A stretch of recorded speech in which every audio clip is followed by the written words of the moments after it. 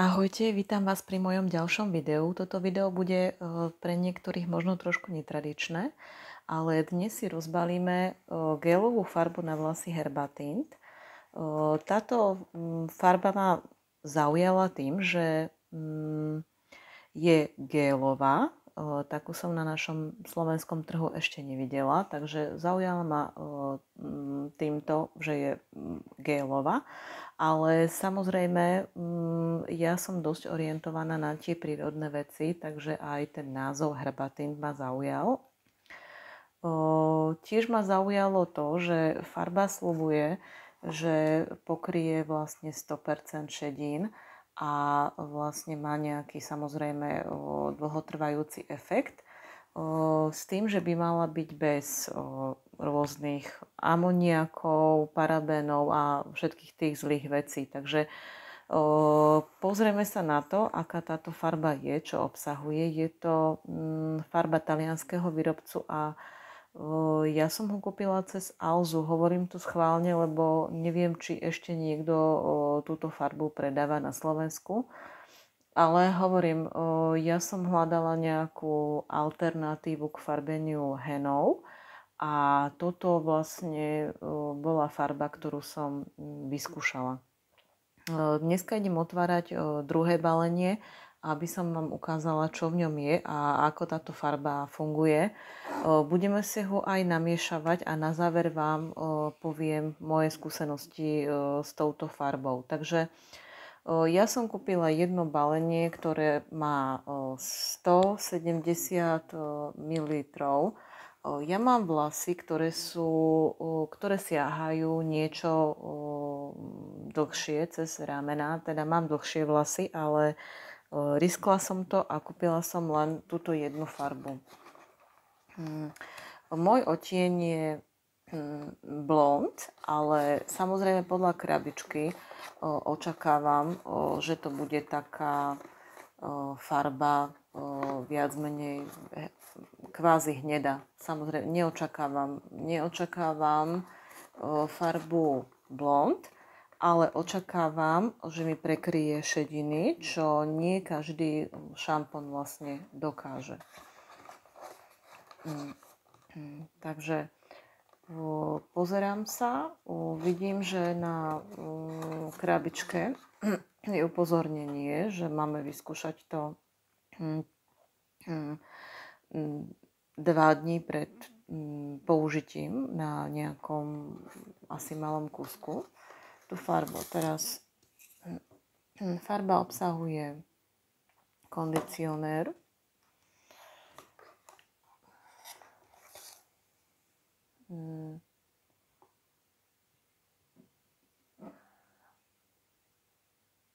farbu,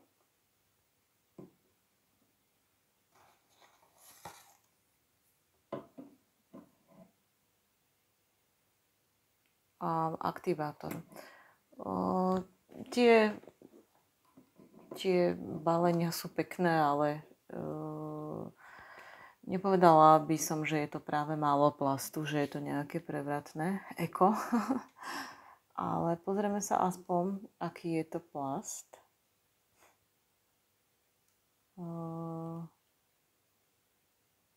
No, toto neviem. HD1 a myslím si,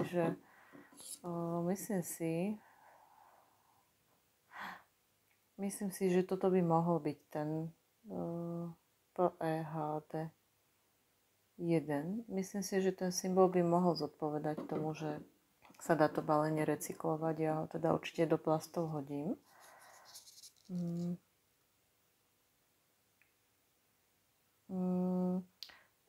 Tu je niečo, áno, napísané k tej recyklácii. Takže máme toto. Máme sačok. Pozrieme sa, či sú v ňom rukavice alebo čiapka.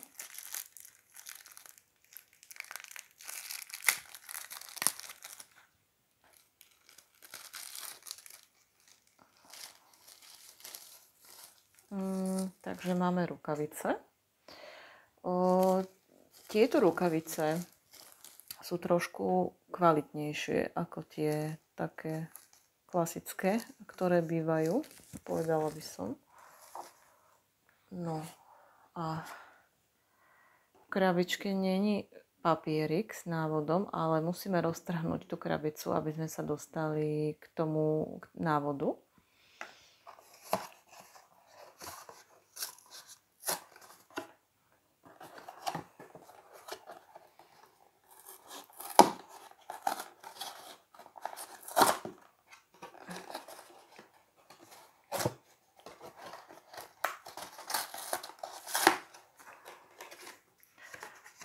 Možno niektorým pomôže aj tento QR kód.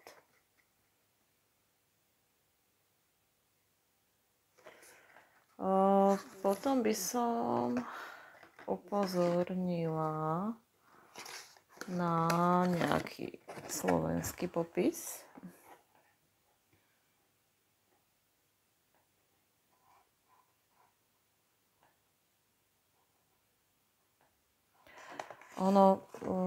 Ja to takto ukazujem kvôli tomu, že na tej alze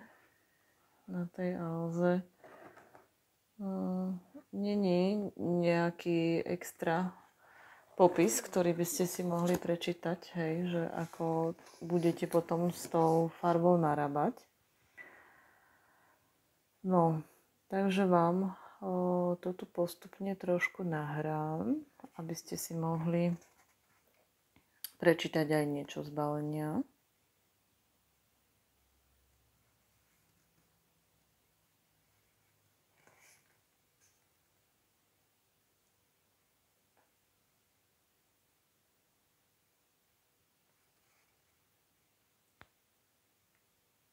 Tuto to máme.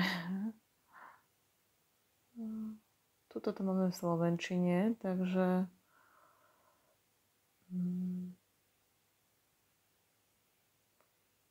v miske sa zmieša vlastne množstvo farby flastička 1, vybíjaca emulzia flastička 2 a nanáša sa na suché, neumyté vlasy, nechá sa pôsobiť 40 minút. Potom sa má použiť šampón.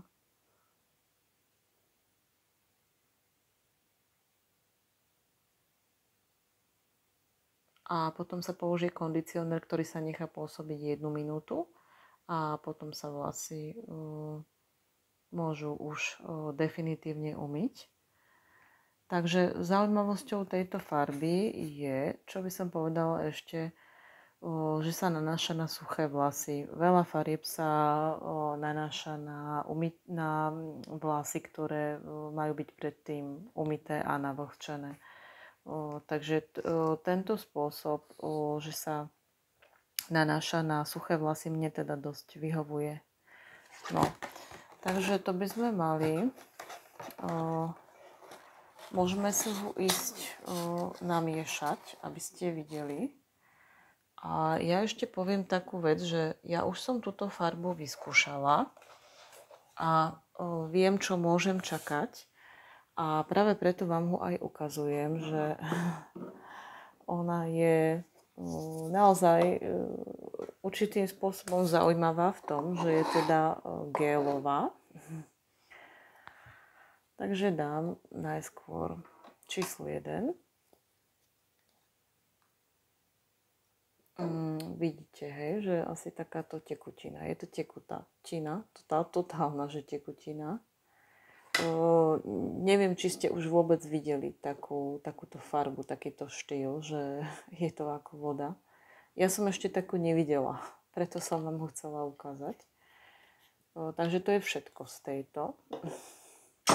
Teraz dám tam toto druhé. A predtým, než to tam dám, tak vám chcem povedať, že tá farba je naozaj strašne gélová. A dosť som bola zababraná pri tej aplikácii. Dosť som nadávala. Čo sa týka vône, tak musím povedať, že strašne smrdí. Ale že strašne.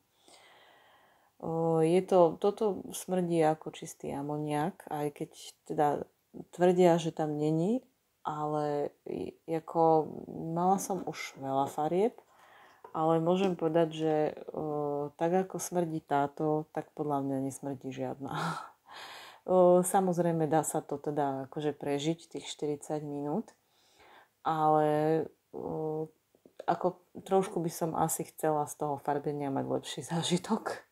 No, keď tam dám túto druhú flaštičku, tak vám poviem, prečo som kúpila ešte druhýkrát túto farbu. No, takže dávam tam tú druhú flaštičku a vidíte, že zase je to totálne, že tekuté. Totálne, že vy, ako keby ste vylievali vodu. No a teraz to natierajte, hej. Natierajte to. Tak, aby ste nič v kúpeľni nezašpinili, hej. No, tak to je ťažko.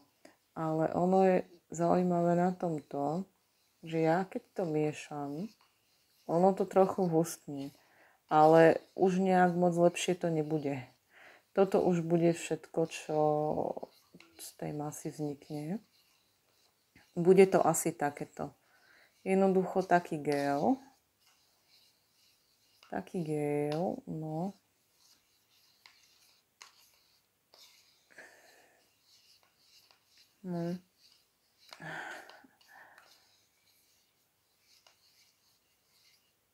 No, už je to trošku gelovité, ale poviem vám, že toto akože dať na vlasy je akože brutál. Ale ja samozrejme musím pokračovať teraz s aplikáciou, lebo farba sa nedá odložiť. Takže ja pôjdem na to, ale len to som vám chcela povedať, že ten dôvod, pre ktorý som kúpila druhýkrát túto farbu, ktorá strašne smrdela, strašne mi všetko zaprskala, lebo proste toto trošku aj napriek tomu, že máte suché vlasy, tak jednoducho vám to steká, je to trochu iné proste ako bežné farby krémové. No, kúpila som to preto, že sestry, ktoré ma videli potom po farbení, mi povedali, že veľmi prirodzene vyzerá tá farba. A ja som si to uvedomila neskôr, hej, že je to tak. Ďalej môžem povedať, že naozaj prekryla šediny tak ako mala, čo nie každá dokáže. Ďalšia vec bola, dosť rýchlo sa teda zmývala, keď som ho dávala ako šampónom dole, myslím po aplikácii, ale zároveň dobre držala tú farbu na vlasoch až do ďalšieho farbenia. Môžem povedať, že keby som nemala problém s vyrastaním šedím, tak môžem povedať, že táto farba naozaj dosť dlho vydrží na vlasoch. Takže asi by som vám ho odporúčala vyskúšať kvôli tomu farebnému účinku. Mne táto jedna krabica stačila aj na trochu dlhšie vlasy, takže stačí podľa mňa jedna. No musím povedať zároveň, že ma trošku na pokožke štípala a mala som taký pocit, že som nevedela, že čo z toho bude, či to bude OK, alebo tam bude nejaká reakcia. No, prežila som to raz, idem to prežiť druhýkrát a potom sa rozhodnem, že či ešte pôjdem do tejto farby, ale minimálne kvôli tomu gelovému efektu som vám ho chcela ukázať. Tak ja bežím si tu teda aplikovať, nech mám pekné vlasy. A vám ďakujem za pozornosť.